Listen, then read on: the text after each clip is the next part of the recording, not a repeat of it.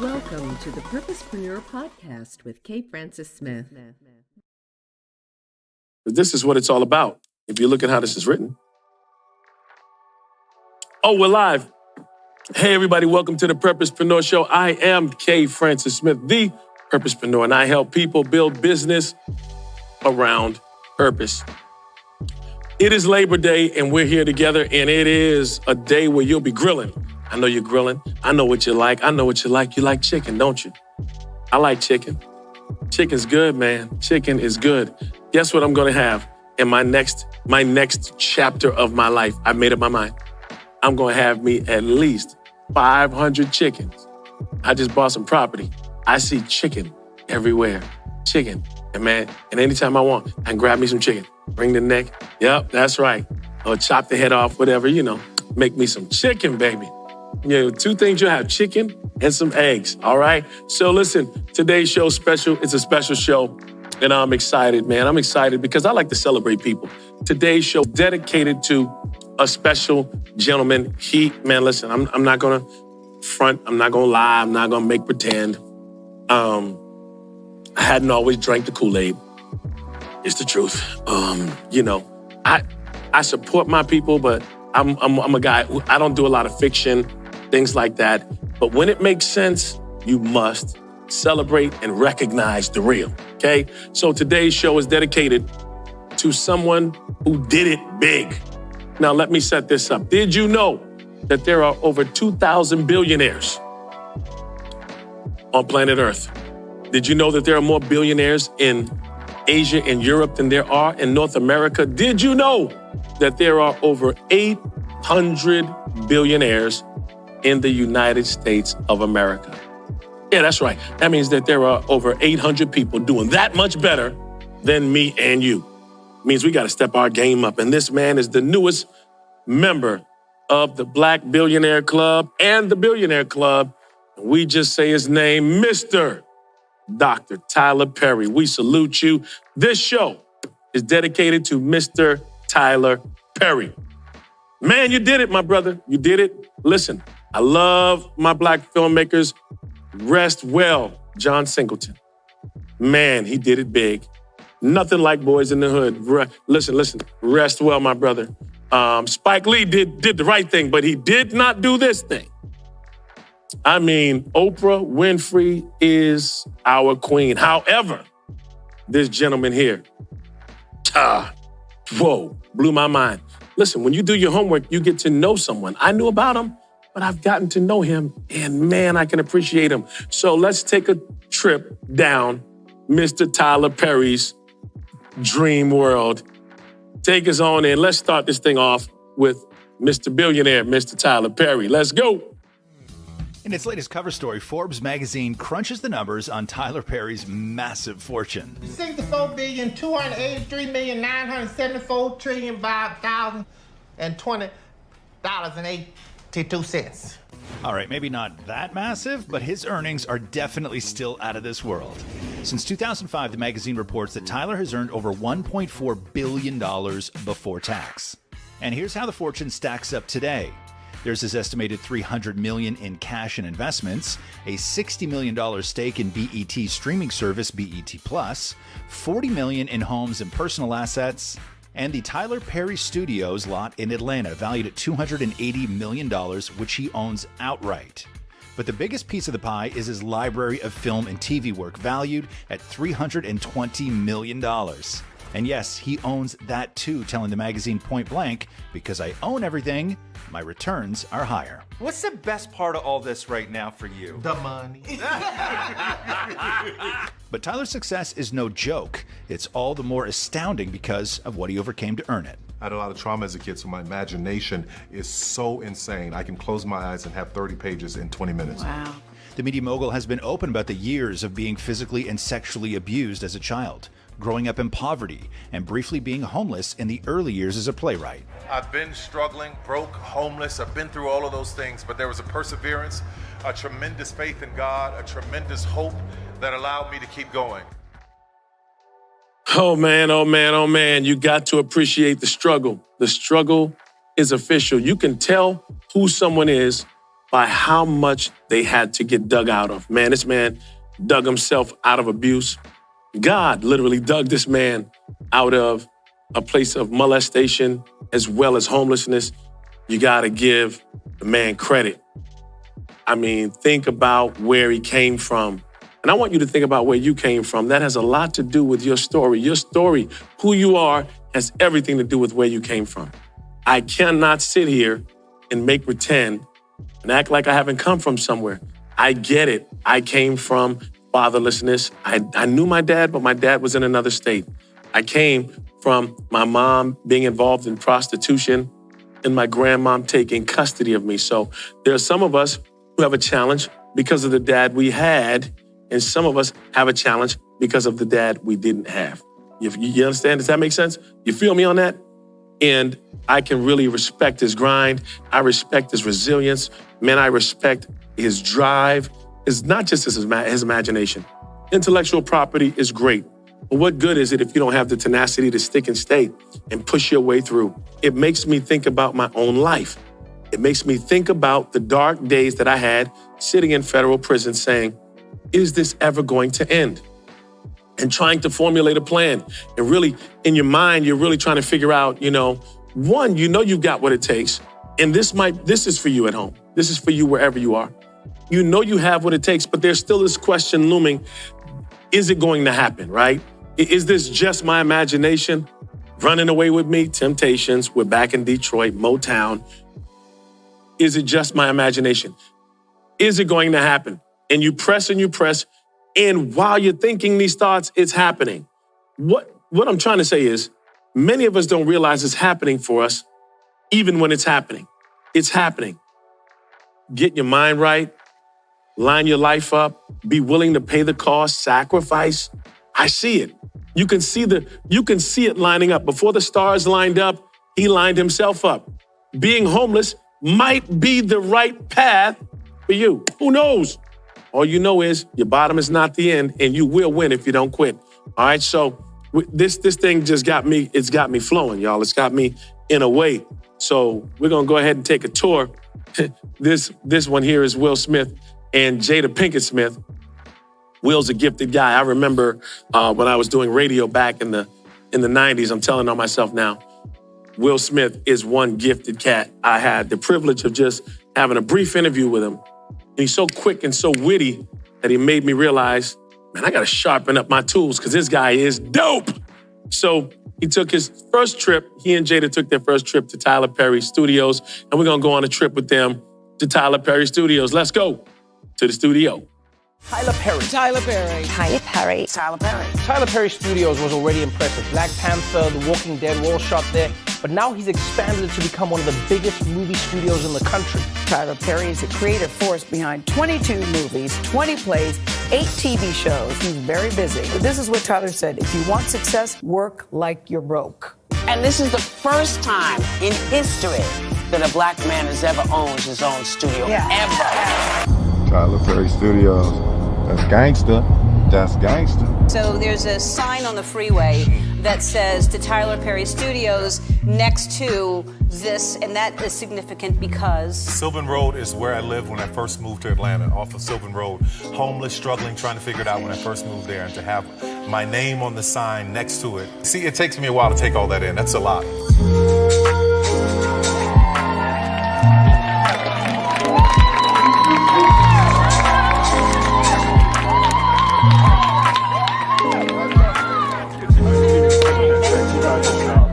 I'm coming to christening of your studio.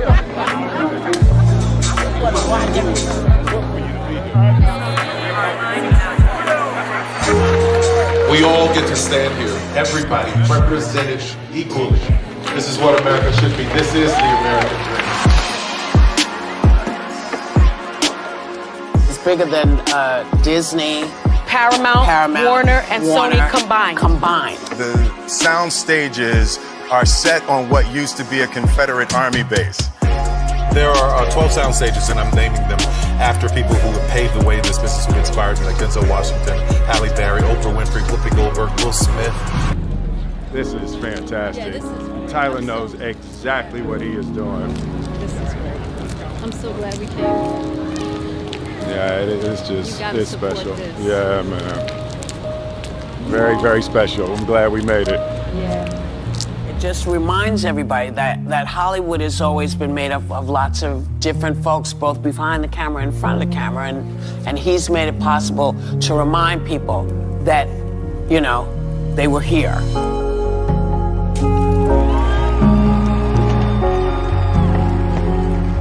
What we want as people of color is we want it all too.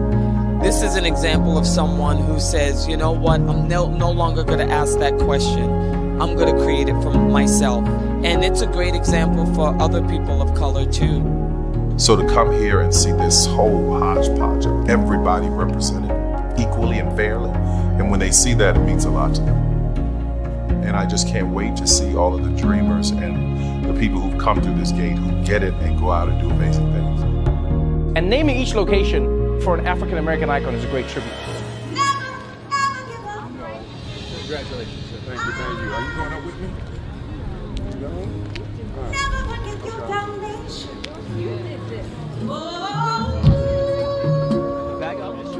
Back up.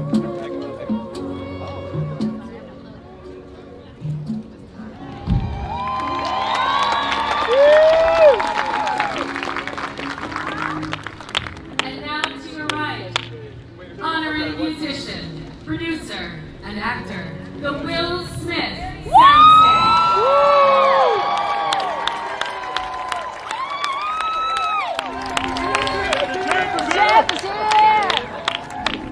I'm waiting for the video.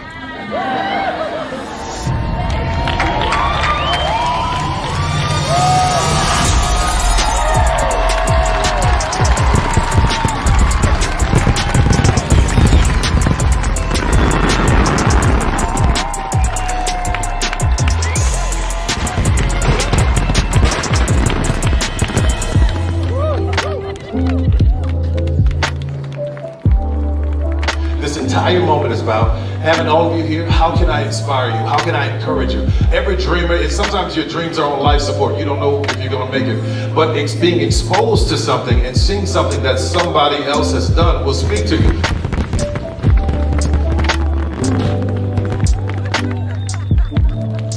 And 3 is a great number, babe. That's right. a powerful number. Powerful number.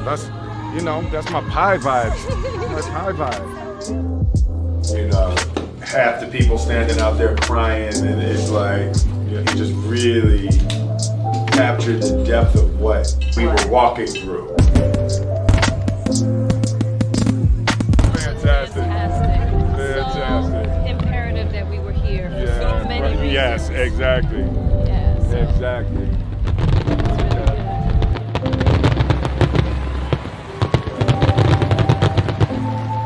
The property that slaves built that was once a Confederate army base. Think about the poetic justice in that. The Confederate Army is fighting to keep Negroes enslaved, fighting, strategy, planning on this very ground. And now this very ground is owned by me.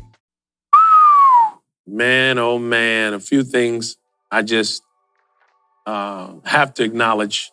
Man, listen, this is so far beyond Medea and anything you could call cooning. This right here is what you call full circle. This is what you call chess, not checkers. Big ball. He's playing big balls, long ball. This man's playing for all the marbles, and I am beyond impressed. Listen, everybody's entitled to their opinions, but when you do what this man is doing, let me help you. Your opinion does not matter. Man honored those who went before him. He understands that he stands on the shoulders of giants. Whenever you shout out Sidney Poitier, Della Reese, I can go down the list. Not just our contemporaries, those who've gone before us, right? Now, here's where he gets big. Now, this is where Tyler gets props on the highest level from me. When he humbled himself down, and he knows what I'm talking about, and gives props to Spike Lee. Spike came for him, and he honored him. Come on now, that's like Joseph. God knew he could trust Joseph not to get even. When you get on top, remember to give honor where honor is due. A Confederate Army base. What?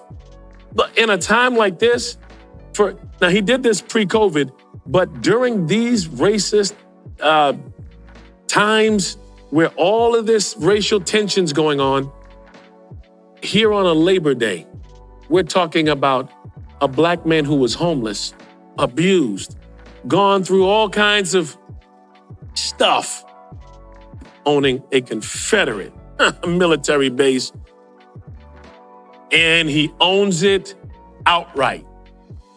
Do you know what that means? That means no note. Come on, man. You talk about setting precedent. I'm done. Let's take a tour through Tyler Perry Studios. Let's go. Take us to Tyler Perry Studios. Hey, AD, Tyler Perry here. Want to take you on a tour of Tyler Perry Studios. So hop in. Come on, let's go for a ride.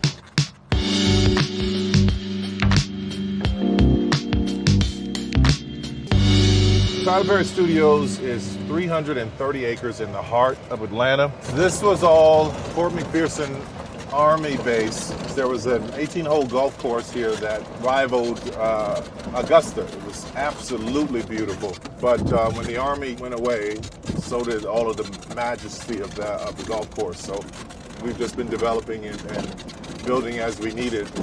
Hold on, we're going to have to do the Flintstones to get up this hill. She wouldn't let me take my other cart, the fast one. I think I can make it up the hill, and okay, and I did. All right. So 12 sound stages. We're getting ready for our big grand opening celebration where we will be dedicating these sound stages to a lot of people who have inspired and encouraged me over the years. So you got Halle Berry here, and Denzel Washington, and Whoopi Goldberg, and Oprah. Lots of things have been shot here. The Walking Dead, Black Panther shot here. First Man, Instant Family with Mark Wahlberg. Really excited to be given stewardship to make sure that the land is maintained, that the history is protected and always serviced and known for many people. This is Maximeville. It's our back lot where I shoot a few of my TV shows. Some of the fans of those shows will definitely recognize some of these houses, especially this neighborhood in particular from If Loving You Is Wrong. So this area in Maximeville was dedicated to Madea. Madea, this is her house. This is Medea's house. Pretty famous character from a lot of my movies. So the original house is down the street in this neighborhood on Avon Avenue, but we wanted to have a place where visitors and fans of Madea could actually come and see it. You can walk in this house, it's like she's gonna come down the stairs with her big, huge self and say hi and feed you. It's all furnished and ready to go. Maximeville is, I named it after my mother, Maxine, who passed in 2009. So this whole area, this whole neighborhood, I wanted to be a town named after her in her honor, and she was so happy to have that.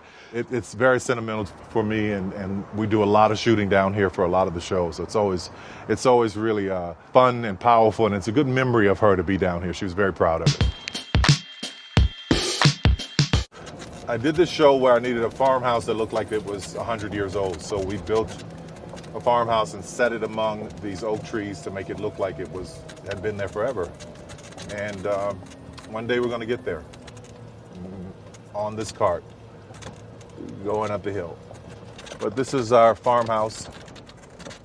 They're all practical inside. You can go in and shoot inside, even though it looks like it's very old. It's only built a few years ago. So let me show you a little bit more of Maximeville. So I built this house for one of my shows. It's a four-sided mansion that I built to combat some of the sets that we were building. I just thought, why not build a permanent structure that has 4 different sides to it that can be 4 different places all at once. So I'll show you what I mean. Here we have the Georgian side of the mansion. For one of my lead characters, she and her family and everybody live here. But if you go cut across the grass and really piss somebody off. And then you're here, and it has a whole nother feel to it. This was the president's home before he went to Washington, D.C. and the have and have-nots. And then there's this side, totally different. And then we have this side, which is very modern. Tried to make the best use of the space and the places, and there you have it. Watch your knees. See if we can get through here. Legs in, arms in.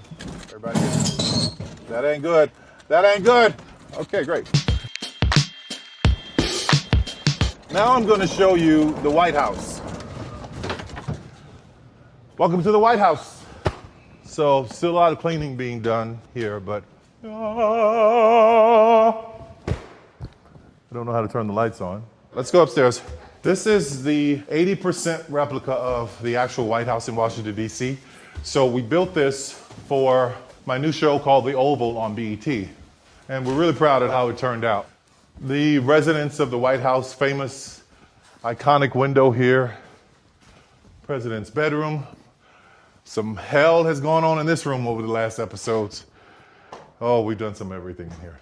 This is the daughter's room. This is the son's room. We built this about five and a half months ago. We started it. This is the only White House that's ever been built at a studio on a lot, and we are really excited about it.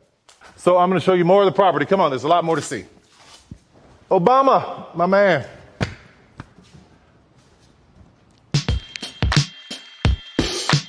All of these houses were all built in the 1800s. They are extremely beautiful inside, every one of them. The one in the center is where I shot 2 Medea movies.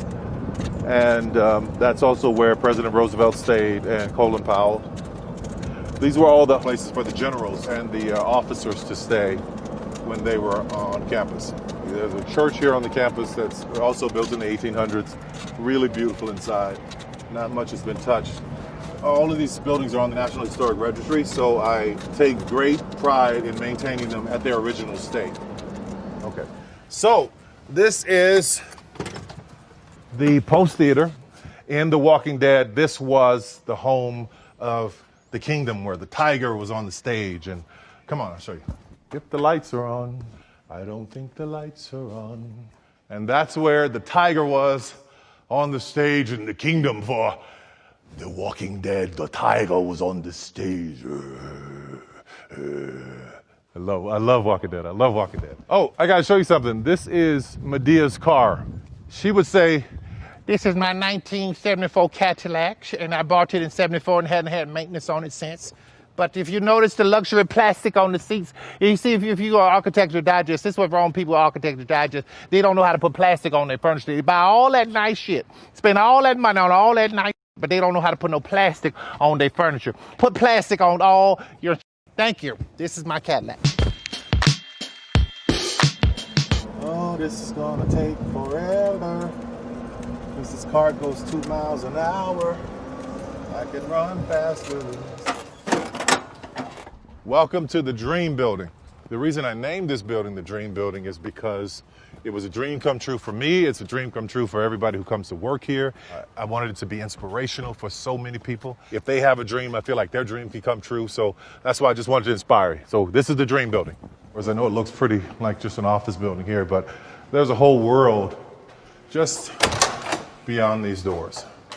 If you want to be in a hotel hallway, like to say the Ritz-Carlton or something, then all of a sudden you're in a hotel hallway. You want to be in the presidential suite of one of those hotel rooms, you just right here, all on the 3rd floor. Magic. In the Have and Have Nots, I have a character that lives in a brownstone. Well, this is her brownstone. So you just bring the cameras in and shoot. And then if you get sick and need to go to the hospital, turn this corner and you're in the hospital. We shot in this hallway of the hospital for acrimony. Look that way, show them that way, show them that way, show them that way. Now come back to me, look at me, I'm over here, look at me. Yeah, okay. Then we go this way, more hospital, fake elevator. It's pretty cool, but it looks real, but it doesn't go anywhere. It doesn't go to any other floors. Wyatt's super sexy loft in the Have and Have Nots. I feel like I could live in this apartment. It's pretty cool. Working on a restaurant here I haven't seen. Hello. Restaurant that's about to be finished and converted. Looks beautiful. It's coming along great. Here are 2 cool bars. This is our Irish pub that we shot lots of things in. This bar was actually in my house in the basement, and I sold it to the studio when I moved because I thought it was so amazing. Such a great bar. And This is the iron bone bar from the haves and the have-nots. And I love it because the way it's always lit, the way it feels. Really nice dive bar, a lot of bad things go on here, but it's kind of cool, very authentic, very unique. The set decorators did a great job with it. Everything you've seen, everything I've shown you, I've actually drawn to scale, gave it to the builders, the designers, saying this is what I want. So that's the way I've been very specific in the design and build of this building, for my house, everything. It's just, I love architecture from the bottom of my heart. If I wasn't in this business, I would probably want to be a really great architect. Thank you, Architectural Digest. Thank you so much, AD. Thank you all the people who watched. I hope that this inspires you to know that you can dream it, you can do it, you can believe, you can build anything you want. God bless you. All right, now that's a mic drop moment. We're going to get inspired. We need some inspiration. So I'm going to let Mr. Perry inspire us, and then I'm going to come back with some observations, all right? Mr. Perry, please inspire us. I grew up in New Orleans. My mother worked as a daycare assistant at the Jewish Community Center. The man that I was told was my father was a carpenter and a functional alcoholic. He was abusive to my mother, and not more than a baby herself, when she married this man, she tried her best to protect me from him. But with no life skills of her own, she did what she knew how to do. Friday was payday for him, so he would come home happy, but that was short-lived. He would go out and return a few hours later drunk and angry, yelling and fighting her. As I look back over my life, there were many people that had a hand in shining light into my darkness when I was growing up. I had just started junior high school, and in order for me to get to high school, I had to walk through the drug dealers, literally step over the and the drug addicts, walk through a graveyard, then in the next block past gang members, and then go through the projects, and then come to a 6-lane intersection, and it was always busy, but just beyond that was the school. Well, one day as I'm approaching this intersection, I hear this voice saying, "Will someone help me cross?"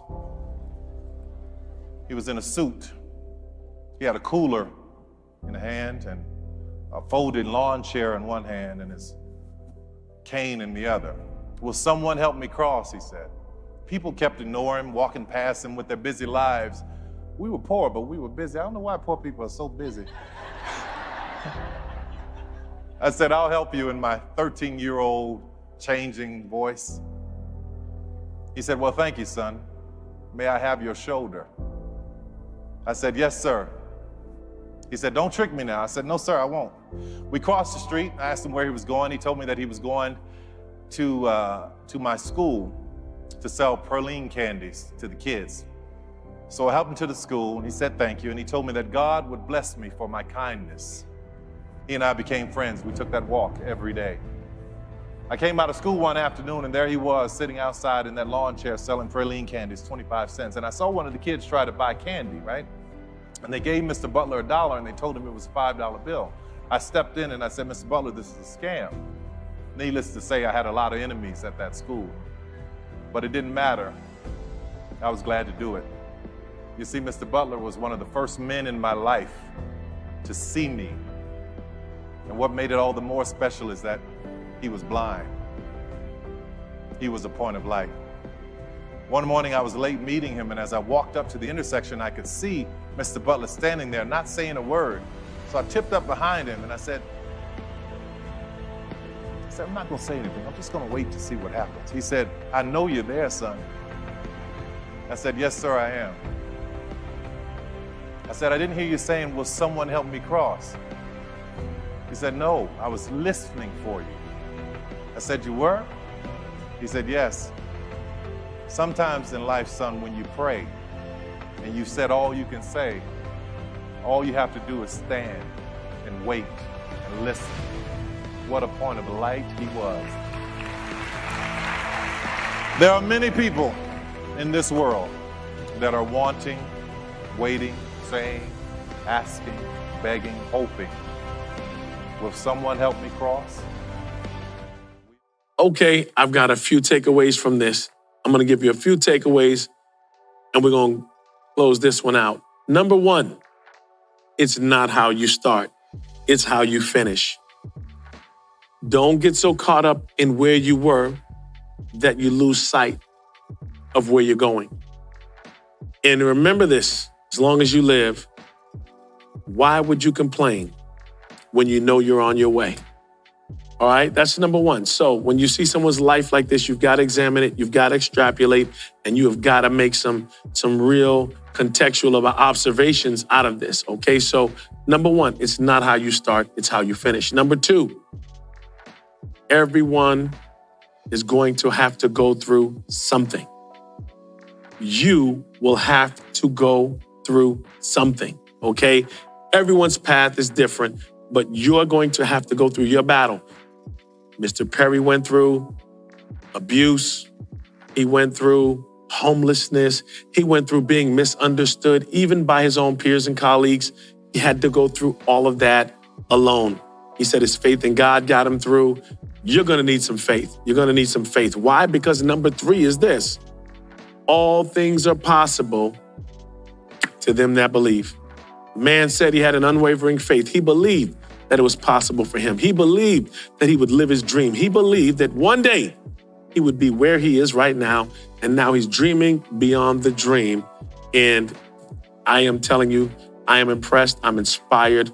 I'm grateful to see this. I'm grateful to be around, to just experience it and to know that it's happened. And I just got a strange feeling that the best is yet to come for Mr. Tyler Perry. So this show has been dedicated to Mr. Tyler Perry, the new billionaire on record, right, by Forbes, the new billionaire on record. Again, Mr. Tyler Perry, we salute you here on the Purposepreneur Show, and I am blessed. Today has been a wonderful show. I want to thank you for tuning in to the Purposepreneur Show. And in closing, may all of your dreams become a reality.